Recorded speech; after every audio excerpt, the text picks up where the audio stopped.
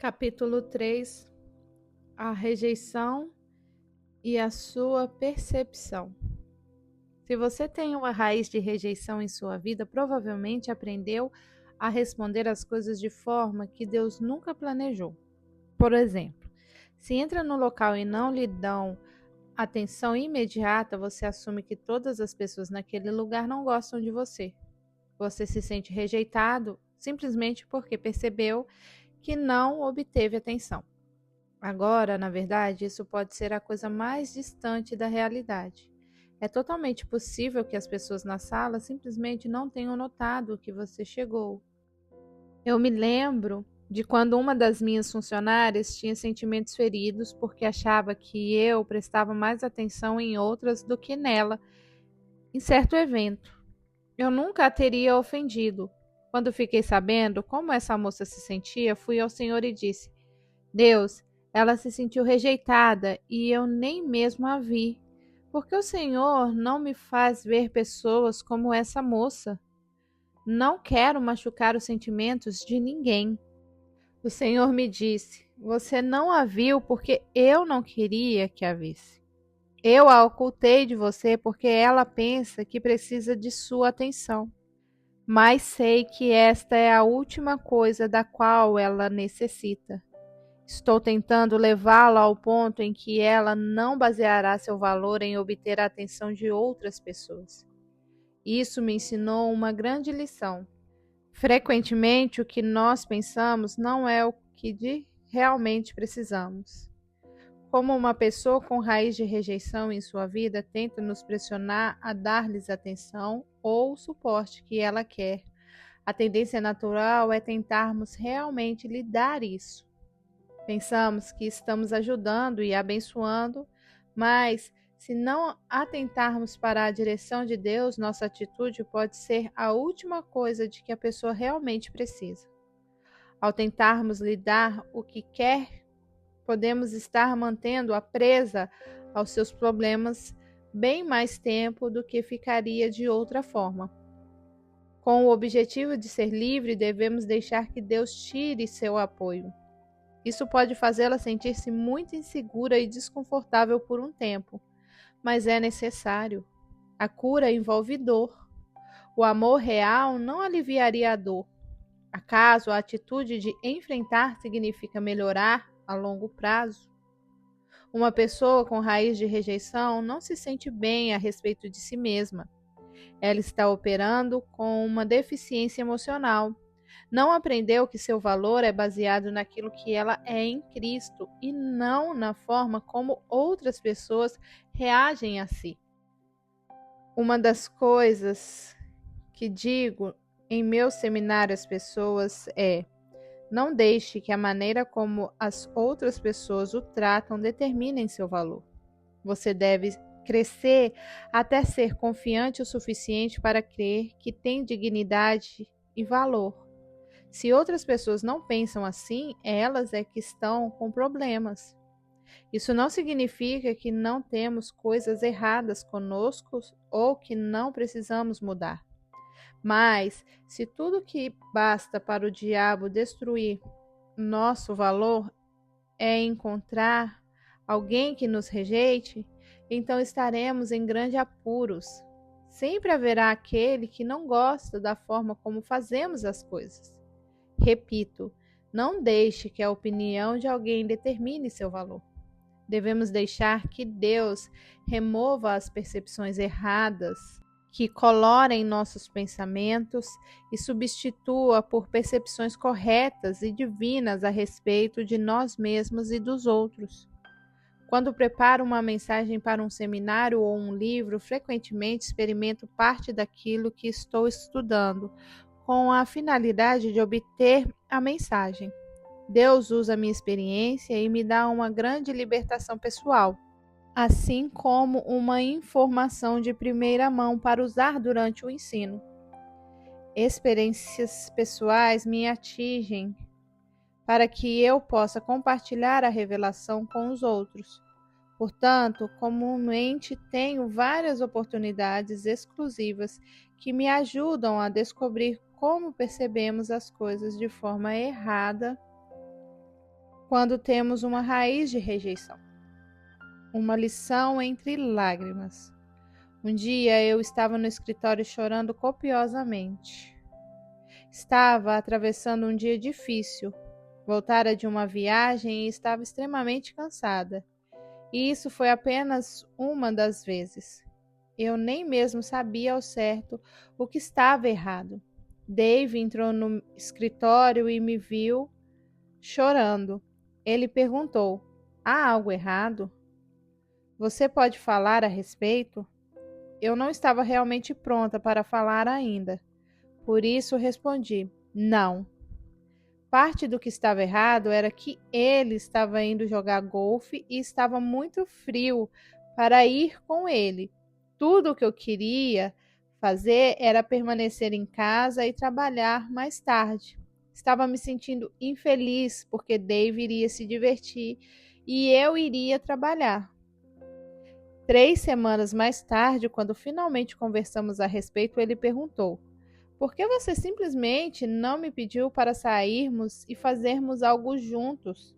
Eu não tinha uma boa resposta no momento, mas após um tempo eu lhe disse: sabe, pensei sobre sua pergunta e posso ver 2 razões pelas quais as pessoas algumas vezes não expõem suas reais necessidades e nem pedem que alguém as satisfaça. Em primeiro lugar, não queremos correr o risco de pedir e sermos rejeitados. Assim, simplesmente não pedimos nada. E em segundo lugar, como mulher, eu queria que você percebesse minha necessidade e voluntariamente deixasse o golfe e me levasse a algum lugar. Eu sabia mais do que tudo que Dave queria jogar golfe naquele dia, bem como que preferia jogar golfe a vagar em um shopping comigo. Mas eu queria que ele quisesse ficar comigo. Queria que ele dissesse: querida, você é tão maravilhosa, deixe-me me sacrificar por você hoje. Pelo contrário, ele disse: você está chorando? O que está errado? Há algo errado? E eu pensava: você deveria saber o que está errado. Mas você sabe como é quando você está chorando e é apanhado de surpresa. Dessa forma, simplesmente eu disse: não estou pronta para falar a respeito. Eu o deixarei saber quando puder falar. Dave foi para o quarto, aprontou-se para o seu jogo e quando minhas emoções se equilibraram, eu estava pronta para conversar. Fui até o quarto e disse: muito bem, eu estou calma agora, podemos conversar. E ele respondeu: certo, deixe-me apenas acabar de me aprontar. Dave terminou de se vestir e veio ao escritório. Eu tinha meu discurso todo pronto, mas antes que pudesse pronunciar uma palavra, ele disse: bem, você vai ter de ser rápida, porque eu estou atrasado. Assim eu disse: bem, não importa. Realmente não era algo importante. Você deve ir e ter um bom divertimento. Eu estarei bem. Ele respondeu: muito bem. Vejo você à noite quando voltar. Chorei o resto do dia. Eu me sentia esmagada. O tempo todo eu estava pensando: que bobagem! Eu sei que meu marido me ama. Eu sei que ele não me machucou de propósito. Mas por que me sinto tão mal? Bem, descobri algo nesse episódio. Não somente Deus cura nossas feridas emocionais por causa da rejeição do passado, mas Ele também cura nossos hematomas. Muitas vezes somos feridos em certas áreas porque esses hematomas ainda estão em processo de cura. Eu já tinha obtido um grande nível de cura. Esse tipo de episódio de choro já não acontecia frequentemente. Creio que isso ocorrera por 2 razões: ensinar-me algo novo, dar-me um novo nível de libertação e preparar este ensino a respeito da raiz de rejeição.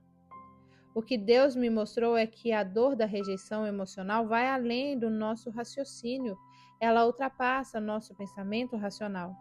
Eu podia ser bastante razoável e dizer: sei que Dave me ama e não quer me machucar por nada. Eu sei, mas eu ainda estava machucada emocionalmente. Não compreendia a razão. Esse sentimento de dor ia e vinha. E então, mais algumas coisas aconteceram para tirar lenha ao fogo. Finalmente, após 2 ou 3 semanas, recebi uma revelação sobre a rejeição, que grandemente me ajudou e creio que irá ajudá-lo. Dave e eu finalmente conversamos sobre o dia quando ele me viu chorando no escritório. Quando comecei a descrever meus sentimentos, ele disse: "Você deve estar brincando." Sabe o que eu pensei quando vi no escritório chorando? Pensei que você estivesse intercedendo. Quantas vezes já entrei em seu escritório e a encontrei orando com lágrimas correndo pelo rosto? Eu perguntava: algo errado? Você respondia: não, estou bem, estou apenas orando. Assim, quando voltei ao escritório, pensei que você estava tentando dizer algo a respeito do que tinha orado. Eu não tinha tempo para conversar mais. Não podia imaginar que era você quem estava com problemas. Vejo, o que percebi não era verdade de forma alguma.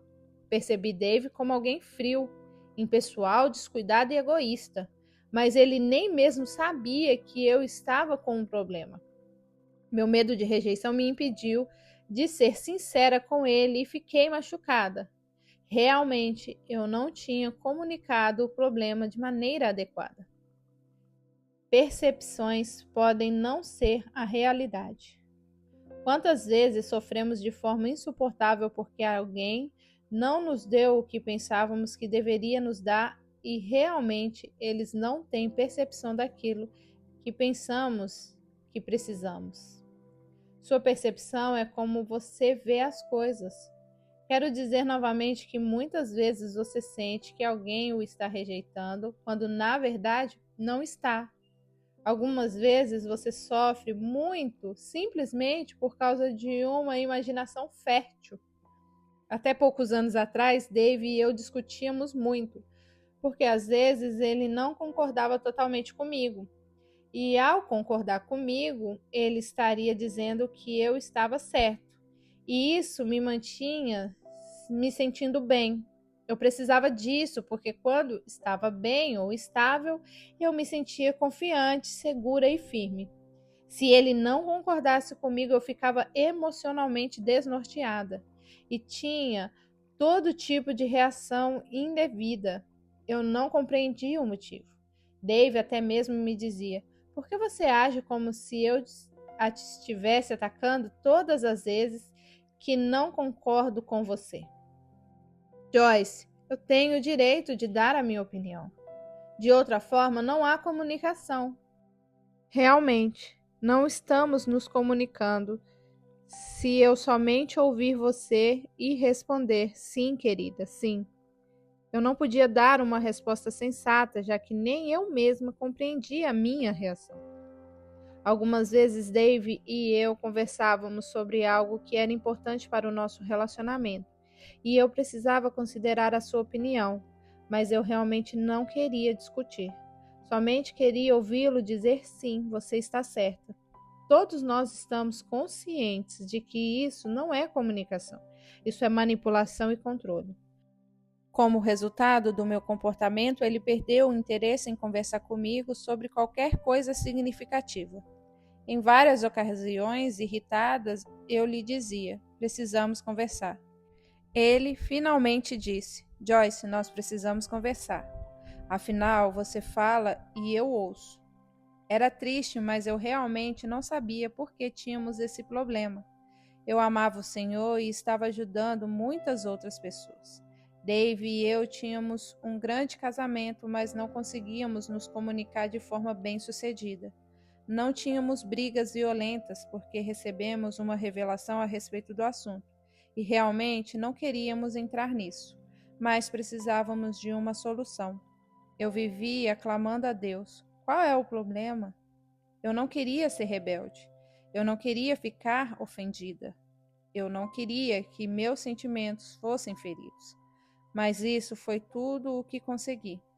Finalmente, Deus me mostrou qual era o problema. Ele disse: Joyce, cada vez que Dave discorda de sua opinião, você recebe isso como uma rejeição. E realmente ele não a está rejeitando, ele simplesmente não concorda com a sua ideia. Você deve aprender a separar sua opinião e sua ideia do seu eu real. Apenas porque as pessoas rejeitam sua opinião não significa que elas o rejeitam. Elas podem discordar de você e ainda amá-lo e respeitá-lo como pessoa.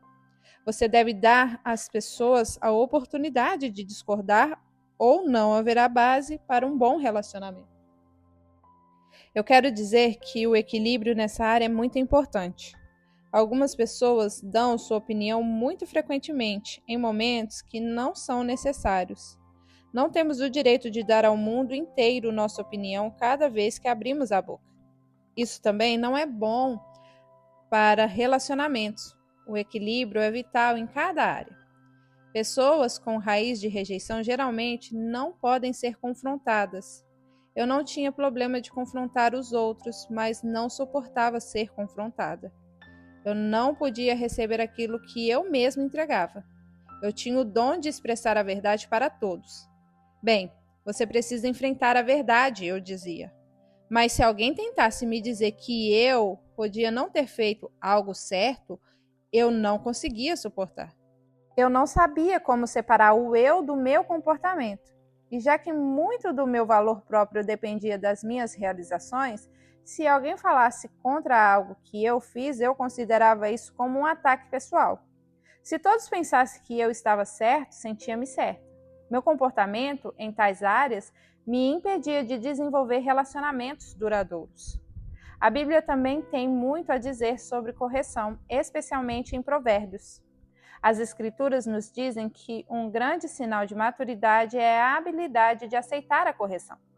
Exige muito crescimento chegar a esse ponto, mas realmente podemos apreciar a correção quando verdadeiramente sabemos que somos em Cristo.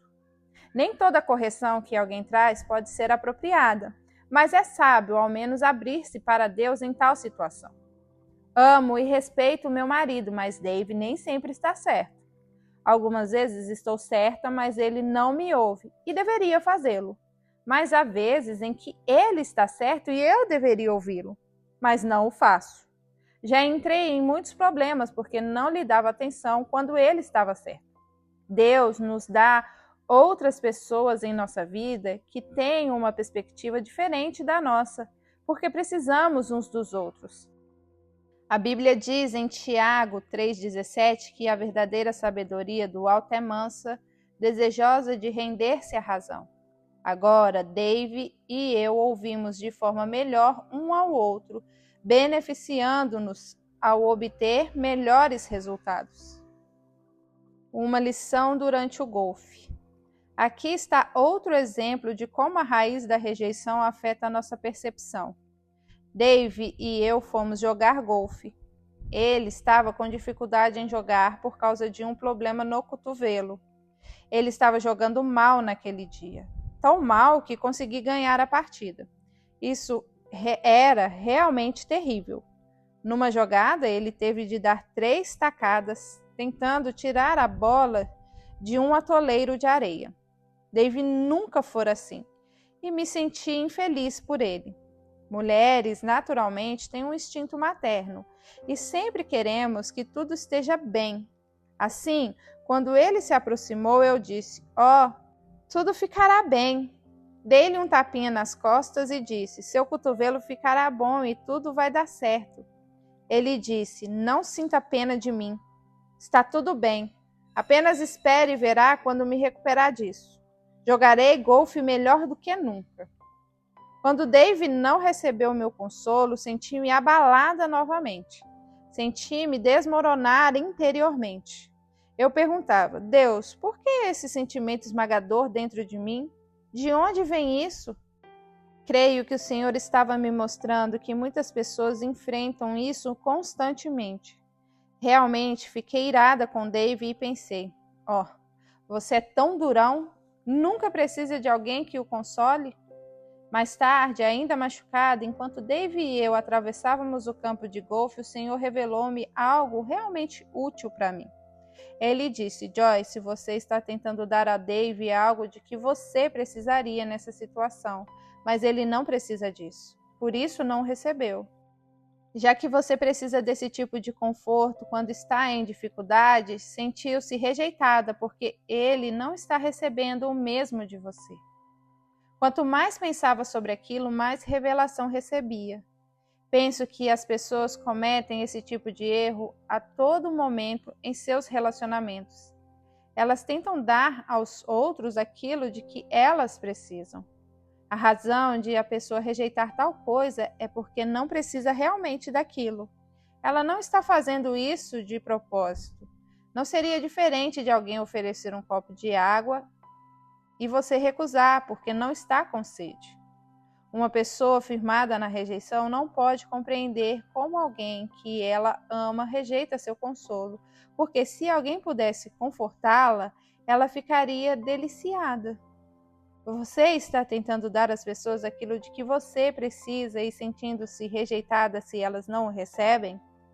Quando compro um presente para alguém, percebo que gostaria de comprar algo de que eu gostasse.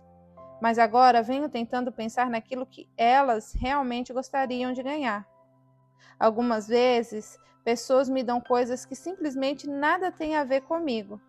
E antigamente eu me perguntava por que afinal elas compraram aquilo para mim. Mas agora tenho a resposta. Tentamos dar aos outros o que queremos. Creio que essa verdade irá ajudar muitos relacionamentos. Isso certamente me ajudou. E oro para que também ajude você. Uma lição na agência de correios. Uma pequena lição ocorreu no dia em que Dave e eu fomos à agência de correios. Gosto que as pessoas prestem atenção em mim quando estou falando com elas. Talvez isso tenha a ver com o perfil de mestre dentro de mim. Dave tinha acabado de sair da agência de correios e eu estava falando com ele sobre algo que considerava muito importante. Era importante para mim. Dave é uma daquelas pessoas detalhistas que consegue observar coisas que nem mesmo consigo ver.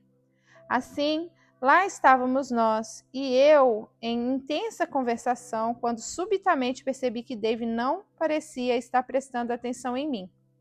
Ele disse: "Olhe só aquele homem saindo da agência. Sua camisa está toda rasgada nas costas." Eu disse: "Dave, eu estou tentando falar com você sobre algo importante." E ele disse: "Bem, só queria que você visse a camisa do homem." Eu sentia que ele estava mais interessado na camisa rasgada do homem do que em mim. Novamente, senti aquela rejeição esmagadora.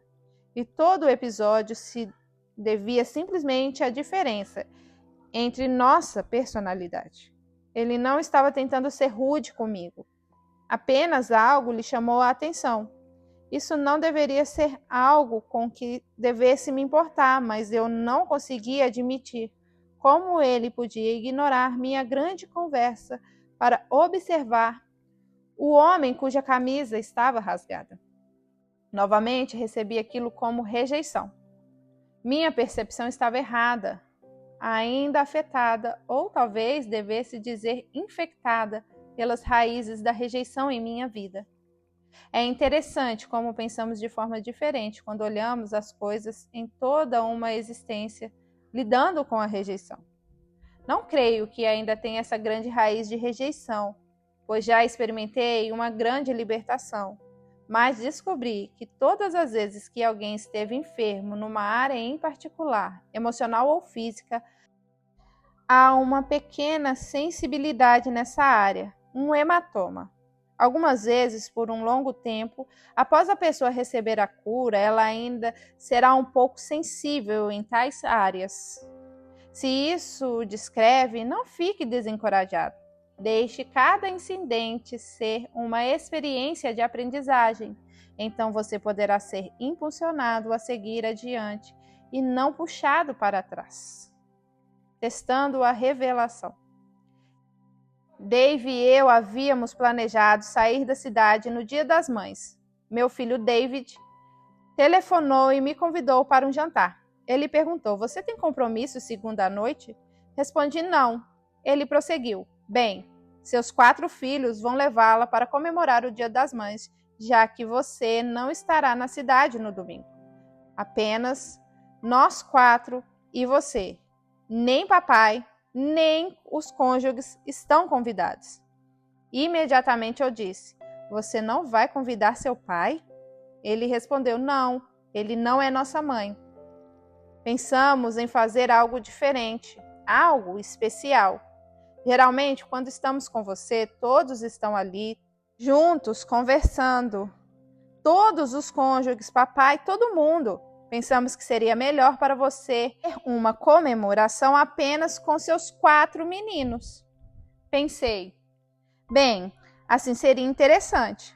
Mas eu lhe disse, não queremos machucar os sentimentos de seu pai. Não queremos ofendê-lo. Meu filho respondeu, você acha que ele ficaria machucado? Não quero machucar ninguém. Se você acha que papai deve ir, vá em frente e convide-o.